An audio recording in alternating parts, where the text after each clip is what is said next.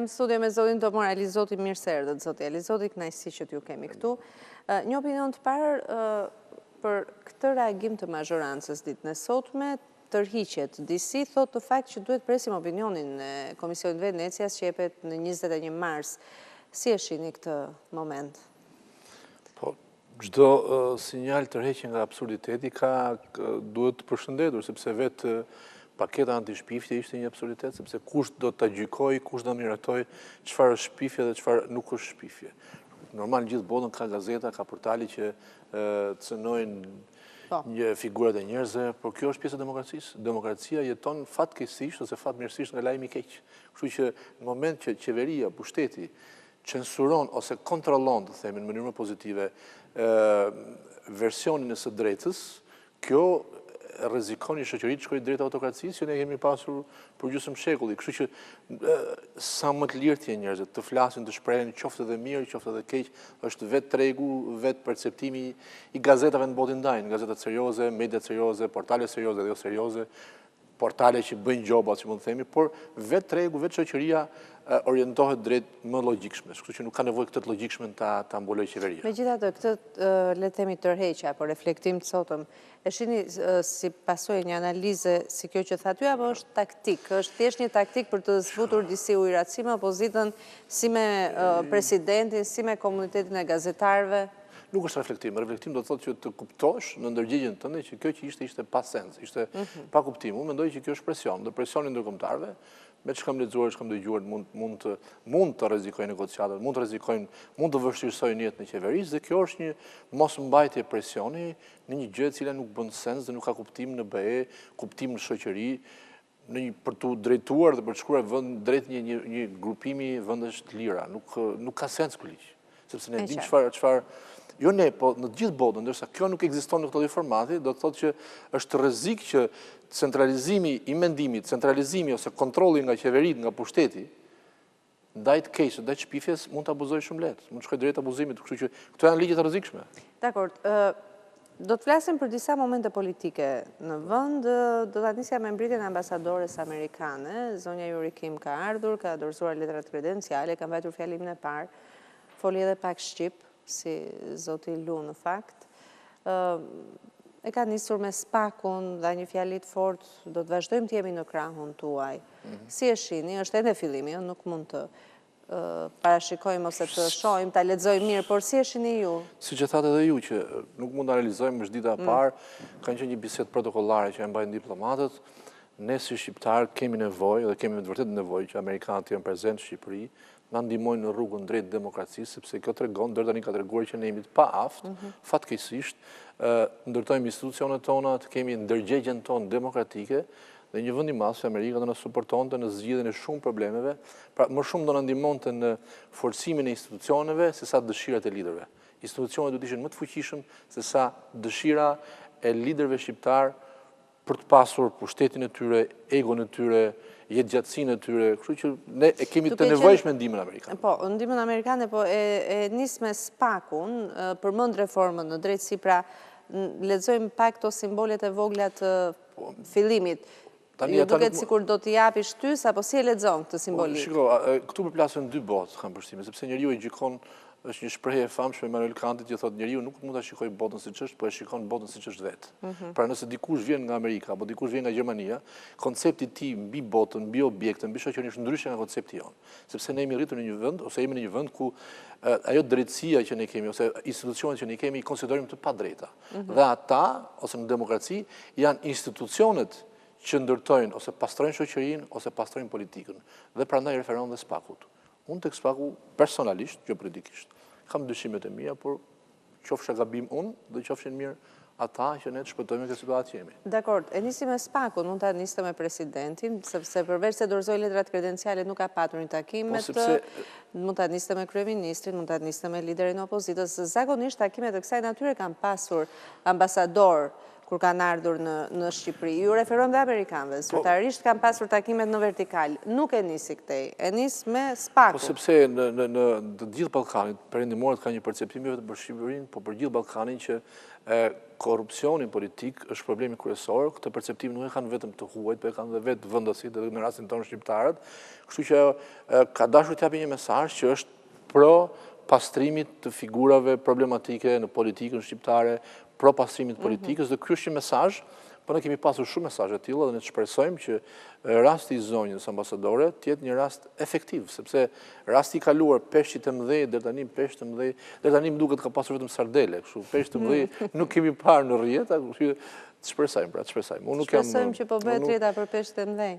Nuk e di, këtu kam përshtypjen që peshqit e mëdhej kapin peshqit e vegël, jo peshkatarët që të kapin, kështu që të qëndrojmë brenda racionalitetit politik. Unë dyshoj në këtë gjë. Kritika dhe njëherë, nuk e them unë, e them studios të mëdhej, demokracia jeton nga kritika, e ka bazike. Pra në çdo diktaturë, nëse lëvdron rrymën e politikës së diktaturës, jeton shumë gjatë, mbasi jeton dhe mirë. Unë dyshoj, por siç thash, qofsha gabim, që do realizohet në Shqipëri që këta peshqit e mëdhej që janë qindra vjet sa ekziston, nuk kanë hyrë ndonjë në rrjet në Shqipëri. Vetëm sardelet. Dakor. Përpara se të flasim për politikën e mirëfillt të ditës, kemi një situatë me pas tërmetin, u mbushën 2 muaj, reportazhet e televizionit ton treguan se fakt situata nuk është ajo që pritej. Një kapital ky për opozitën, Rama-Basha ka shkuar, ka takuar banorët dhe ju ka thënë që nëse do t'ju merrte lek oligarkëve mund ndihmonte ju, nga ana tjetër një ristrukturim i mënyrës se si do të ndihmohen njerëzit nga ana e qeverisë, do të rinisë aplikimi online për të adresuar përsëri nevojat e tyre etj. Si të duket situata e menaxhuar deri tani? Shikoni, unë mendoj që kjo është një tragjedi e madhe për njerëzit, nuk duhet të jetë diskursi politik që dikush fitoj profit apo jo. Është situatë e keqe sepse ne të gjithë e përjetuam tërmetin dhe fatmirësisht shpëtuam dhe fatkeqësisht për ata jetë që humbën, sepse kam një përshtypje duke mos qenë sismolog, nëse do vazhdonte edhe disa sekonda, mund të kishim një fatkeqësi galopante, kështu që dhe fatkeqësia më e madhe është që ne pas kësaj tragjedie natyrore apo të perëndis, ne ishim totalisht në mëshirë të fatit. Pra ju e keni parë, kjo është një tragjedi shumë e madhe në këtë vend që kam përshtypjen që një pjesë e njerëzve kanë vdekur duke pritur në rrënoja. Ta imagjinoni vetën se mund të ishte çdo kush nga ne. Edhe ne që ishim Tirana që tundën dhe u shkundën, dhe një shtet i cili harxhon miliona dollar për vetura, për luks, për sheshe, për aviona, dhe nuk ka disa qenë që të nuhasin ose ato pajisjet për të shpëtuar. Iku vale par, u bë analiza, 2 muaj më pas. Unë se kam bërë një këtë analizë, pa normalisht, po siç fillon dhe mbaron. Neve na sfidoi Kosovën ata. Ju e keni parë, paktën nëpër media, unë kam qenë në terren, sa kam mundëm të kem parë. Aty është një tragjedi e madhe. Ato kthyen në geto, njerëz të varfër me fëmijë në ftohtë, në gjëra. Pra një show me fatkeqësinë e vetes tonë. Dhe marrim rastin e Turqisë. Sado problematik tjetër Erdogani. Nuk bëri teatr në Turqi. E kryu këtë punë, bëri një deklaratë i parë i vendit dhe mbylli këtë punë. Kjo këthyn teatr. Sa batuta apo sa i zoti do të ishte kryeministri. Mund të bëjmë gallat kur jemi të lumtur, por jo në këtë tragjedi, pra show me fatkeqjet e shqiptarëve. Fatkeqësi. Dhe e them dhe për vete, mos të rafshin hallet në këtë vend. Pra, mos i rafshin hallet në këtë vend njerëzve se është një tragjedi e madhe. Mund ngelesh në rrënoja dhe nuk do di njëri fare. As kishin, dhe si mund të jetë pasoja pas tërmetit. Aty s'dihet, ne nuk dim asgjë çfarë ndodh njëherë. Këtu është një kaos i madh, sepse shteti zonjë strukturë, nuk vjen supermeni, ministri, presidenti, kush do qoftë, nuk e zgjidh ai këtë. Shteti është një strukturë e madhe. Ka një strukturë që në momente të rralla është tërmeteve, e ndihmave humanitare, gjithë, dhe ajo funksionon. Personi politik jep një mesazh, shpreh një ngushëllim, mobilizon forcën e tij politike, nuk e bën dot punën, se nuk merr vesh as Rama, XY, se si funksionon. Pra nuk funksionon këtë hallka. Sepse ky është korrupsioni. Të marrësh parat në çdo xhep në fund, kur të ndodh një tragjedi s'kemë.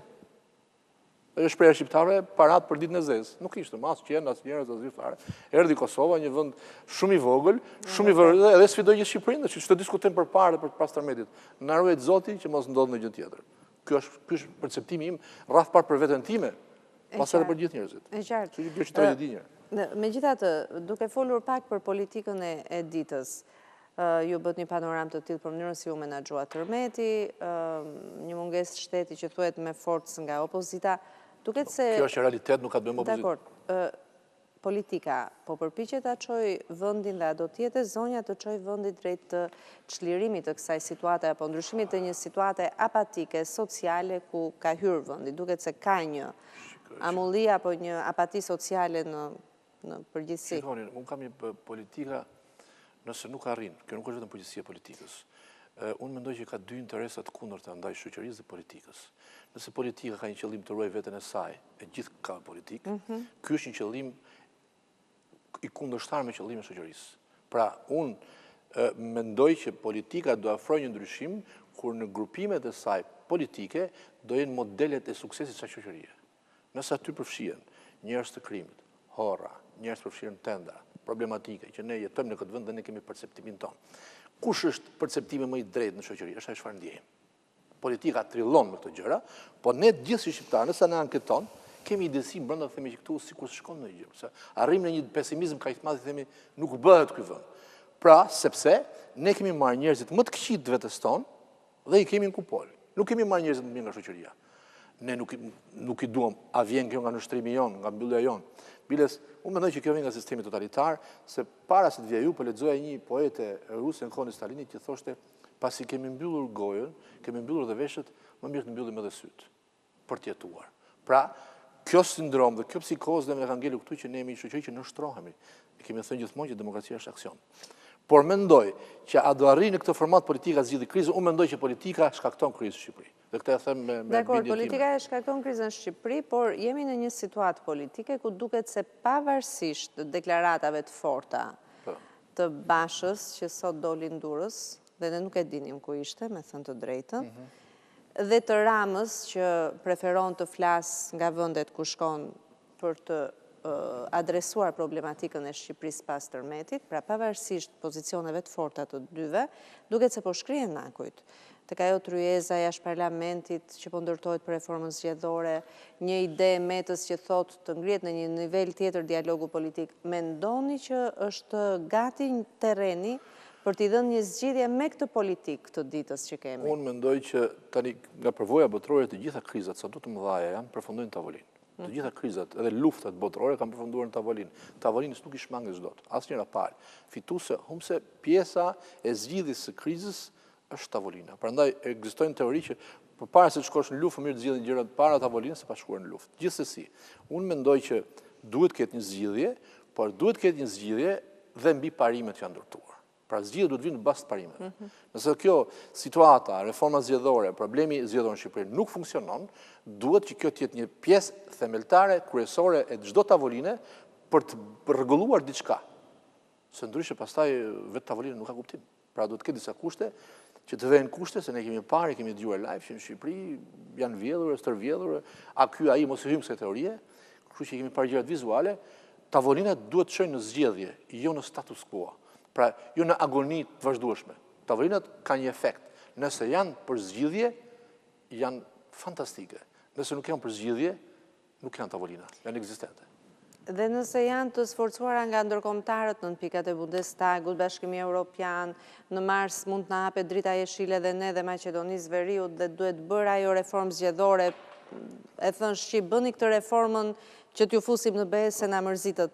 Pra, nëse bëhet me këtë win-win agreement, ja vlen për ne, apo është thjesht pas i radhës? Win-win teori është teoria e Howardit, nëse krijohet një win-win teori, gjithmonë është e mirë për Shqipërinë, për shoqërinë absolutisht po. Pra, edhe një herë, bisedimet botërore, konfliktet e mëdha përfundojnë në tavolinë. Nëse tavolina prodhon një ndryshim, jo fantastik, pse ne jemi popull maksimalist që do bëni tavolinë dhe këtu do ndodhin çuditëra, po do vëri pikat për ndryshimin e këtyre sistemeve që na çmendën, atëherë ka vlen. Ndryshe nëse nuk e bën këtë gjë.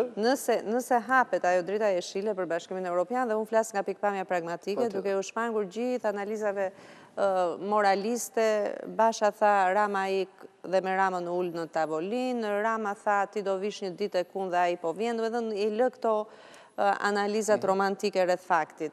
Nëse ne hymë në BE, hapet ajo drita për negociatat. Do ndikoj në jetët tona, do ketë më shumë projekte në këtë vend, do ketë më shumë mundësi punësimi tek jeta e shqiptarit thjesht. Do ndikoj kjo gjë, apo është thjesht një profit apo përfitim Për ata që do ta bëjnë këtë marrëveshje. Unë mendoj që kjo është perceptuar politikisht që nga zana fillë e kësaj deri tani që hapja e çdo statit politik ka qenë është përdorur nga gjitha palët si një triumf i madh politik. Ndonjëherë Shqipëria nuk është në një peshë e madhe për Bashkimin Evropian. Këtë e dinë gjithë shqiptarët. Gjermanët zakonisht janë, unë kam takuar shumë, madje kam takuar dhe ish kryetarin e parlamentit, njerëz të rëndësishëm, ata kanë një interes të tyre gjeostrategjik, politik për Ballkanin, ku është Shqipëria. Nuk duan të krijojnë vakume. Dhe duan ta fusin Shqipërinë brenda. Jeta e shqiptarëve, nëse nuk ndryshojnë shqiptarët, nuk ndryshon. Nuk vin as në gjë, sepse po ta shikoni ju, një pjesë e madhe e projekteve kanë shkuar në Serbi, kur Serbia është një vend që gjithë Europa e ka sulmuar te masë, nuk është e vërtetë që e ka mbështetur. E ka sulmuar për gjithë luftrat dhe gjithë problemet dhe krizat e genocidet që ka shkaktuar në Ballkan. Por ata ditën të ishin, ajo që tha më parë që rasti i tërmetit, shtet, pra të ishin struktura, të shkonin në përtakimet në përbot, jo të mbanin leksione demokracie, si dikur që Enver Hoxha thoshte Shqipëria lulëzonte vetëm si fanar ndryques, por shkonin me projekte, shkonin me dosje, flisin ekspertët dhe jo Picasso, pra flisin profesionistët dhe ata që të miratonin bankat fondet. Kredit, fondet, projekte. Atje ulin ekspertët, nuk mund të lëshojnë para bankat të rëndësishme në Europë, sepse ju bën leksione për demokracinë. Dakor, po në qoftë se arrihet që... A do hape negociat, do kënë ndryshim të madh. Është që përqesimi ndaj Shqipërisë, po jetët e shqiptarët besoj që do jetë e njëjtë. E njëjtë. Nga ana ekonomike, njerëz se ekonomistët thonë që është vit i zymt. Po nuk edhe një herë. Shqipëria ka pasur shanse edhe pas hapjen, edhe pa hara hapjen negociata, normalisht që negociatat të afrojnë. Por duhet që kjo strukturë të funksionojë. Nuk mund të shkosh në konferencën e Berlinit në Vjenë dhe mos kesh ekspertat që të kenë përpiluar dosjet. Përse do të investohet? Nëse atje do shkosh investime, siç është rasti i Serbisë apo rasti i Maqedonisë, kemi konferencë donatorësh tani në mes të shkurtit. Po duhet të kesh ekspertët që njohin fiskale, njohin ekonomi, njohin testet ekonomike dhe kryeministri dëgjon ata dhe mund bëjë një fjalim politik dhe pak ekonomik. Po jo të flasi për ekipin e futbollit ku ishte Merkel këtu që ne i rrafëm 12-0. Këto tregojnë një inferioritet të fshehur të individëve kur vijnë nga zonat vogla, nga skenat vogla, për të dukur më gjerman se Kanti e se Hegeli, i japin mend kancelarës gjermane, e cila ka ardhur për disa minuta që ta themi si thotë kapsh të kapësh në një projekt që të ndihmosh këtë popull të vogël dhe të kapësh projekte serioze. Nëse shko thua që ne u rrafëm 12-0, rrafën Gjermani 1-0, kjo tregon pa qenë i keq. Pra kjo tregon një inferioritet politik personal, i cili vend politik. Dhe nëse mendon që vëmendja e Shqipërisë do të rrihiqet nga ngjyrat blu apo të kuqe apo të errta apo zeza, kjo është një inferioritet. Megjithatë, përballë Ramës është opozita, ka pasur kaos të saj zgjedhjet e parakoshme. Mendoni që ky është një vit elektoral do të ketë zgjedhjet parakoshme? Kur unë kam një perceptim timin, që i hiki, pra mundohem të ruhem, të mbaj pak atë ndërgjegjen time që në politikë është e vështirë, unë dëshiroj ose besoj që kur do që t'jenë zgjedhjet, për doja të fitoj. Opozita të fitoj. Ky është qëllimi im. Unë do doja që zgjedhjet të zhvilloheshin në momentin më të mirë kur opozita të fitonte. Pra, kjo është ajo që duhet të themu. Pra, këtu e mbyll analizën dhe perceptimin tim, kur do që të zhvillohen në kohën më të mirë që ne të fitojmë. Pra, po të regojmë pragmatistu dhe një anshëm, kjo do ishte gjë më mirë. Për mu nuk ka rëndësi kohë, për mu ka rëndësi që ne të fitojmë zgjedhjet ndaj kësaj situate shumë tragjike në Shqipëri. Nëse nuk arrihen kërkesat tuaja, pra Rama nuk ikën zgjedhjet parakoshme, mendon që mundet opozita të bëj pra protesta bindse kësaj radhe, jo të nxjerrë njerëzit për protest, atë bazë që i ka mbetur, ta nxjerrë në protest për të ne bën protest. Dhe mendoni që është një instrument i dur, pra si duhet operoj realisht opozita? Jo vetëm për opozitën, por për gjithë Shqipërinë, për gjithë demokratët, në rast parë dhe dalim tek shqiptarët që kanë vendimet e tyre politike ose janë. Kjo është një betejë shumë e rëndësishme. Nuk ka më kohë. Pra, do ishte tragjedi për gjithë Shqipërinë, ky është perceptimi im, këndvështrimi im, nëse kryeministri aktual do rinë në një mandat tjetër. Do ishte tragjedi totale.